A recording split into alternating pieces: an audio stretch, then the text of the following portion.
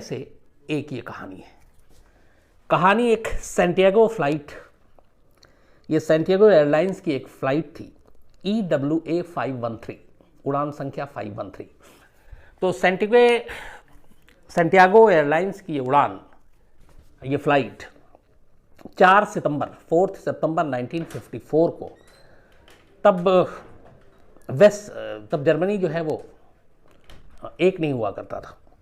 तो waste Germany के एक छोटे से एयरपोर्ट अचेन, वहाँ से ये उड़ान भरती है सैंटियागो एयरलाइंस की उड़ान संख्या 513, 4 सितंबर 1954 को आफ्टरनून में वेस्ट जर्मनी के आचेन से ये उड़ान भरती है। और इसको जाना था ब्राज़ील के शहर ओटो एलगेर। तो वेस्ट जर्मनी से इसको ब्राज़ील जाना था, ओटो एलगेर। ये दूरी करीब 18 घंटे में पूरी होनी थी। प्लेन में टोटल 86 पैसेंजर थे और 4 क्रू मेंबर, बल्कि 88 पैसेंजर और 4 क्रू मेंबर थे, तो 92 टोटल हुई तादाद। दोपहर के बाद ये वेस्ट जर्मनी से 513 सैंटियागो एयरलाइंस की उड़ान भरती है। उसके बाद सब कुछ ठीक चल रहा होता है। ATC यानी एयर ट्रैफिक कंट्रोल के संपर्क में रहती है। कुछ देर के बाद अब ये अटलांटिक ओशन के ऊपर से उड़ान भरने लगती है। अटलांटिक ओशन के ऊपर जाने के बाद अचानक इस प्लेन का संपर्क ग्राउंड से टूट जाता है, यानी एयर ट्रैफिक कंट्रोल से टूट जाता है और ये प्लेन खो जाता है, गुम हो जाता है। ATC तमाम कोशिश करती है लेकिन संपर्क नहीं हो पाता और सैंटियागो एयरलाइंस 513 उड़ान अब ATC के रडार से गायब, नक्शे से गायब। और आम तौर पे जब ATC से इस तरह की चीज़ें गायब होती हैं तो ये मान लिया जाता है कि प्लेन के साथ कोई ना कोई हादसा हुआ है। फिर भी इसके बाद तलाश की जाती है। आखिरी जो लोकेशन था अटलांटिक ओशन के ऊपर, वहाँ पे बचाव दल, बाकी सारी चीज़ें जाती हैं। वेस्ट जर्मनी, ब्राज़ील दोनों की टीमें इस खोज में लगती हैं, कुछ दूसरे देश भी मदद करते हैं और ये खोजबीन का सिलसिला चलता रहता है। लेकिन न प्लेन मिलता है, न प्लेन का मलबा मिलता है, न लाशें मिलती हैं, कुछ नहीं मिलता। तलाश जारी रहती है। धीरे धीरे वक्त बीतता है, महीना बीतता है, साल बीतता है, लेकिन प्लेन का कोई सुराग नहीं मिलता। अब उस वक्त अजीब अजीब सारी चीज़ें हो रही थी कि क्या हुआ। एक ये भी था कि अटलांटिक ओशन में गिरने के बाद प्लेन का मलबा कहीं बहुत ही समुद्र के नीचे तल में चला गया और वो मिल नहीं रहा, और इतना बड़ा एरिया। और भी फिर बहुत सारी बातें हो रही थी इसको लेके, बरमूडा ट्रायंगल टाइप की चीज़ें भी थी कि रहस्यमयी, लेकिन किसी नतीजे पे नहीं पहुंचते और प्लेन की तलाश जारी रहती है, पर प्लेन मिलता नहीं। धीरे धीरे वक्त बीतता है। ब्राज़ील अपनी तरफ से जांच कर रही होती है, वेस्ट जर्मनी अपनी तरफ से जांच कर रही होती है, बट कोई फ़ायदा नहीं। 1954 में 4 सितंबर को इसने उड़ान भरी और उसके बाद यह गायब हुआ था। और इस दौरान में वक्त बीतता जाता है। काफ़ी जब वक्त बीत जाता है तो फिर जो जांच कर रही थी जो भी कमेटियाँ, वो अपनी एक रिपोर्ट देती हैं कि अब कोई उम्मीद नहीं है इस प्लेन को ढूंढने के लिए, क्योंकि प्लेन है नहीं, मलबा मिला नहीं, लाशें दिखी नहीं। तो ये हादसे का शिकार हो गया और हादसा जो हुआ वो अटलांटिक ओशन के ही ऊपर हुआ है। तो ये मान लिया जाए कि इसमें जो 92 लोग थे, 92 क्रू मेंबर और पैसेंजर, उन सब की मौत हो चुकी है। तो ये एक ऑफिशियली रिपोर्ट फाइनल दर्ज होती है और इस सैंटियागो एयरलाइंस के 513 के उड़ान के जो पैसेंजर थे, इन सभी को मुर्दा करार दे दिया जाता है। जांच ऑफिशियली बंद कर दी गई, लेकिन फिर भी इधर उधर से अपनी तलाश एक जारी रखते हैं, लेकिन कायदे से अब कोई उम्मीद नहीं थी। इसके बाद धीरे धीरे वक्त बीतता जाता है। करीब 35 साल बीत जाते हैं। 1954 से लेकर अब 1989 आ चुका है और 35 साल पूरे हो गए। इस प्लेन को वेस्ट जर्मनी के जो अचेन से उड़ा था, इसको लैंड करना था ब्राज़ील के ओटो एलगेर एयरपोर्ट पर। 35 साल के बाद, ठीक दोपहर बाद, 12 अक्टूबर 1989 को इसी ओटो एलगेर एयरपोर्ट पर ATC को अचानक एक प्लेन आसमान में दिखाई देता है। लेकिन वो प्लेन ना तो ATC से संपर्क कर रहा है और ना ही वो उसको बता रहा है कि उसे लैंड करना है। ATC लगातार उस प्लेन की, चूंकि मॉनिटर पे उसके स्क्रीन पे है और वो देख रहा है, लेकिन कोई फ़ायदा नहीं। क्योंकि वहाँ से संपर्क कोई कर ही नहीं रहा है। धीरे धीरे वो प्लेन रनवे के करीब आता है, एटीसी में हड़कंप मच जाता है। पायलट उधर से कोई जवाब नहीं दे रहा है, इधर से रिस्पॉन्स कर रहे हैं, उसका कोई मतलब नहीं हो रहा है। उस इत्तेफाक से एयरपोर्ट पे कई ऐसे रनवे थे, तो एटीसी में जब हड़कंप मचा उसके बाद हुआ कि इस पायलट कोई रिस्पॉन्स नहीं कर रहा और प्लेन धीरे धीरे एयरपोर्ट की तरफ आ रहा है, रनवे के करीब आ रहा है। तो एक दो फौरन आनन फानन में रनवे को खाली कराया गया और वो प्लेन जिसने एटीसी से कोई संपर्क नहीं साधा, कोई परमिशन नहीं ली लैंड करने के लिए, वो सीधे इस ओटो एल्गर एयरपोर्ट के एक रनवे पर लैंड कर जाता है। परफेक्ट लैंडिंग थी। लैंड करने के बाद प्लेन रुक जाता है। इधर एटीसी ने तब तक एयरपोर्ट सिक्योरिटी और बाकी सबको इस बारे में जानकारी दे दी कि एक प्लेन है, अनजाना सा प्लेन है, एटीसी से संपर्क नहीं कर रहा है, रनवे या लैंड करने के लिए इजाज़त नहीं मांगी है। और वो अपने आप रहस्यमयी तरीके से बिना एटीसी के संपर्क के, बिना एटीसी की हेल्प के वो रनवे पे लैंड कर गया। अब प्लेन एयरपोर्ट के रनवे पे है। हड़बड़ाहट, बौखलाहट सब तरफ थी। इसके बाद एयरपोर्ट के सारे जो सिक्योरिटी स्टाफ थे वो गाड़ी में बैठते हैं और उस रनवे के करीब वहाँ पे जाते हैं जहाँ पे ये प्लेन जो है लैंड करके रुका हुआ था। जब करीब जाते हैं वो, तो पहली बार प्लेन को देख के लगता है कि ये बिल्कुल न्यू ब्रांड प्लेन है, नया प्लेन है। वहाँ पे जाने के बाद दूसरी चीज़ नोट करते हैं वो कि प्लेन का इंजन अब भी चालू है और इंजन ऑन है। तीसरी चीज़ पर जैसे ही नज़र पड़ती है ये सारे चौंक उठते हैं। वो देखते हैं कि इसके ऊपर सेंटियागो एयरलाइंस लिखा हुआ है और बिल्कुल न्यू प्लेन। तो चूंकि एयरपोर्ट पे जो लोग काम करते हैं वो सारी चीज़ें इन सब के बारे में जानकारी रखते हैं, उन्हें अचानक एहसास हुआ कि ये सेंटियागो एयरलाइंस ने यहाँ कैसे लैंड किया है, क्योंकि सेंटियागो एयरलाइंस को बंद हुए हुए करीब 33 साल हो चुके थे। 1954 में 4 सितंबर को जब इस सेंटियागो एयरलाइंस ने उड़ान भरी थी, उसके बाद यह गायब हुआ। उसके 2 साल के बाद 1956 में सेंटियागो एयरलाइंस की कंपनी बंद हो गई और इस प्लेन को बंद कर दिया गया। तो दुनिया में कहीं भी सेंटियागो एयरलाइंस की कोई उड़ान नहीं थी। अब जब इस ओटो एल्गर एयरपोर्ट पर वहाँ के सिक्योरिटी स्टाफ पहुँचते हैं और देखते हैं कि सेंटियागो एयरलाइंस और एयरपोर्ट के अपने रिकॉर्ड में भी कहीं नहीं है कि ये एयरलाइंस अभी इस वक्त वजूद में है, क्योंकि उसको बंद हुए हुए करीब 33 साल हो चुके हैं, तो वो घबरा उठते हैं। इसके बाद प्लेन का इंजन चालू है, दरवाजे सब बंद हैं, चारों तरफ से प्लेन का इंस्पेक्शन किया जाता है। फिर अचानक वहाँ पे इस एयरलाइंस को देख के कुछ लोगों के अंदर सुगबुगाहट आती है, क्योंकि इसकी कहानी थोड़ी बहुत इन्हें मालूम थी कि एक प्लेन 35 साल पहले उड़ा था जिसको इसी एयरपोर्ट पे लैंड करना था, लेकिन वो कभी लैंड नहीं किया।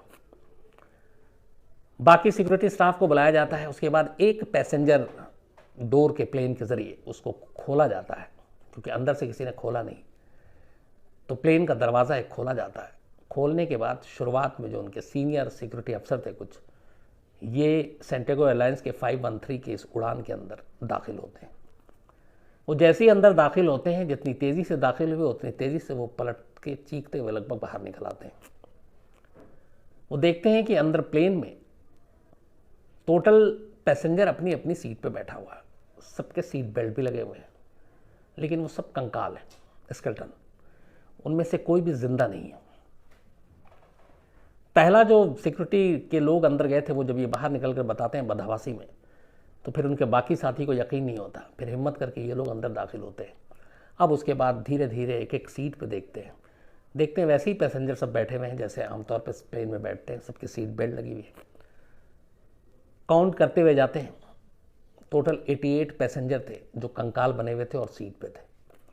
इसके बाद वो हिम्मत करके अब कॉकपिट की तरफ जाते हैं। कॉकपिट के बाहर में 2 एयर होस्टेस, वो भी कंकाल की सूरत में वैसे ही बैठी हुई। कॉकपिट खोलते हैं, अंदर पायलट और को पायलट वो दोनों भी प्लेन के अंदर मौजूद हैं और दोनों बैठे हुए हैं, लेकिन वो दोनों भी कंकाल बने हुए हैं। और सबसे हैरानी की बात ये थी कि जो इस प्लेन का पायलट था, उस पायलट का हाथ उस वक्त भी उस कंट्रोल जो जिससे प्लेन वो कंट्रोल करता है, जो चलाता है, जो इंजन है, उसके ऊपर उसका हाथ रखा हुआ था एक कंकाल की शक्ल में। मतलब उस कंट्रोल को उसने पकड़ा हुआ था, कंकाल बना हुआ था। और कैप्टन थे मिगुल विक्टर क्यूरी। तो मिगुल जो क्यूरी है, बाकायदा कंट्रोल सिस्टम को हाथ में पकड़े हुए और हाथ कंकाल को और खुद कंकाल बने हुए और पायलट सीट पे। कई बार उस प्लेन की तलाशी ली गई, देखा गया तो पता चला कि सारे के सारे कंकाल हैं। अब हैरानी की बात यह थी कि फिर ये प्लेन लैंड कैसे किया। इसमें एक भी जिंदा शख्स नहीं, सब कंकाल है। पायलट भी कंकाल बना हुआ है, लेकिन उसका हाथ उस कंट्रोल सिस्टम पे है। प्लेन बाहर से बिल्कुल न्यू एकदम ब्रांड दिख रहा है, इंजन चालू है, एटीसी से कांटेक्ट भी नहीं किया, और एक पायलट जो कंकाल है, मुर्दा है, उसने परफेक्ट लैंडिंग कैसे कराई। अब ये सारे सवाल दिमाग घुमाने के लिए काफ़ी थे। इसके बाद ये सारी चीज़ें धीरे धीरे बाहर आई। पैनिक ना फैले तो कहते हैं ब्राज़ील सरकार ने इसके ऊपर रोक लगाई कि ऐसी कोई इन्फॉर्मेशन लीक ना हो। और फिर अब जांच शुरू हुई तो कई चीज़ें जो एक साथ जो बेचैन कर रही थी वो यही थी कि एक तो 35 साल तक ये प्लेन, चूँकि किसी हादसे का शिकार नहीं हुआ, वरना फिर ये प्लेन वापस सही सलामत नहीं लैंड करता। नंबर 2,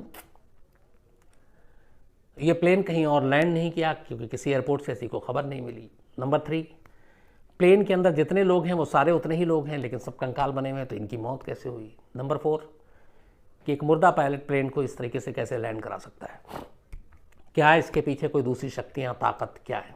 अब इसको लेके पैरानॉर्मल सोसाइटी और बाकी साइंटिस्ट और ये लोग सारे कोशिश करने लगे, छानबीन करने की कोशिश की, पता करने की कोशिश की कि आगे इसके पीछे क्या हो सकता है और ऐसा कैसे हो सकता है। और सबसे बड़ा सवाल, 35 साल तक ये प्लेन आखिर कहाँ गुम था। उसको लेके बड़ी सारी जांच हुई। हालांकि इसमें ये शुरू से आया कि ब्राज़ील सरकार ने इसको लेकर गोपनीयता बरती ताकि पैनिक ना फैले। फिर 2-3 चीज़ें आई इसको लेकर। एक ये आई कि ये प्लेन जो उड़ा उसके बाद ये किसी ऐसे हादसे का शिकार हुआ जो टाइम ट्रैवल जिसको कहते हैं लोग, मतलब समय का चक्र, कोई ऐसी चीज़ कोई था जिसमें ये प्लेन टाइम ट्रैवल में घुस गया। और वहाँ जाने के बाद टाइम ट्रैवल का ये होता है कि कुछ लोगों का ये कहना है कि जो हमारी धरती है और जिसमें हमारा समय होता है, वो समय जिस रफ्तार से चलता है वहाँ पे वो बहुत ही सुस्त रफ्तार से चलता है। तो अगर वो कुछ घंटे भी रहा तो उस कुछ घंटे में दुनिया के जो समय का चक्र है वो करीब 10 साल आगे हो जाएगा। तो एक थ्योरी ये आई कि ये टाइम ट्रैवल में फंस गया और फिर रेडिएशन और उसकी वजह से सारे लोग मारे गए, कंकाल बन गए। दूसरी थ्योरी ये आई कि जो दूसरे ग्रह के एलियंस हैं उन्होंने इस प्लेन को हाईजैक कर लिया और उसकी वजह से ये प्लेन उसका शिकार बना। तीसरी थ्योरी ये आई कि ये किसी रिसर्च या किसी और चीज़ का, इंसानी साजिश का ही नतीजा था, जिसकी वजह से इस प्लेन के ऊपर कोई ऐसा टेस्ट किया जा रहा था और उसके मुसाफिरों पे किसी ग्रह और बाकी चीज़ों को लेकर, जिसके नतीजे में ये चीज़ें हुई। लेकिन पुख्ता कोई जवाब नहीं दे पाया कि ये सारी चीज़ें हुई। बट पहली चीज़ कि 35 साल तक कोई प्रूफ नहीं कि ये प्लेन कहाँ रहा। दूसरी चीज़ कि ये प्लेन बिना इंसान के, बिना जिंदा इंसान के लैंड कैसे किया। तीसरी चीज़ ये सारे जो कंकाल बने तो वो कैसे बने। और चौथी चीज़ कि इस प्लेन को जहाँ से उड़ान भरी थी और जहाँ इसको लैंड करना था ये उसी जगह एग्जैक्ट आकर कैसे इसने लैंड किया। ये सारे सवाल अपने आप में बने हुए थे, लेकिन इसका जवाब नहीं मिला। अब इसके बाद दूसरी चीज़ आती है कि ये प्लेन सैंटियागो एयरलाइंस 513, इसके 92 मुसाफिर, इनके कंकाल बनने की कहानी, 35 साल बाद ब्राज़ील में आकर वापस उसी एयरपोर्ट पर लैंड करने की कहानी, इसका जन्म कहाँ से हुआ, इसकी शुरुआत कैसे हुई। तो पता चला कि एक जर्नलिस्ट था जिसने पहली बार एक अखबार में ये खबर छापी और ये कंकाल के बारे में खबर छापी गई। और उस वक्त जब ये खबर छपी, बट उसने कंकाल की कोई तस्वीर और अंदर प्लेन में बैठे हुए लोगों की ऐसी कोई तस्वीर कभी सामने नहीं आई। प्लेन की तस्वीर आई तो ये हुआ कि उसने इसको क्रॉस चेक नहीं किया, पुख्ते तौर पर जानकारी नहीं ली, तो ये खबर पूरी तरह से सही नहीं है, गलत है। एक थ्योरी ये थी कि इस जर्नलिस्ट ने गलत खबर दी। दूसरी थ्योरी ये थी कि ये प्लेन एक किसी ख़ास या तो टाइम ट्रैवल से लेकर, एलियन से लेकर, बरमूडा ट्रायंगल जैसे किसी रहस्य से लेकर उसमें फंसा, और जिसको लेकर ब्राज़ील की सरकार ने इस पर ख़ास गोपनीयता बरती और ये तय किया कि ये राज कभी बाहर ना आए, और इसीलिए इंटरनेशनल एजेंसी और बाकी लोगों को इसमें जांच करने के लिए भी दूर रखा। ये भी खबर आई कि कई साइंटिस्ट ने इसका विरोध किया कि क्योंकि ये जांच जो है साइंस के लिए बहुत ही काम की चीज़ थी।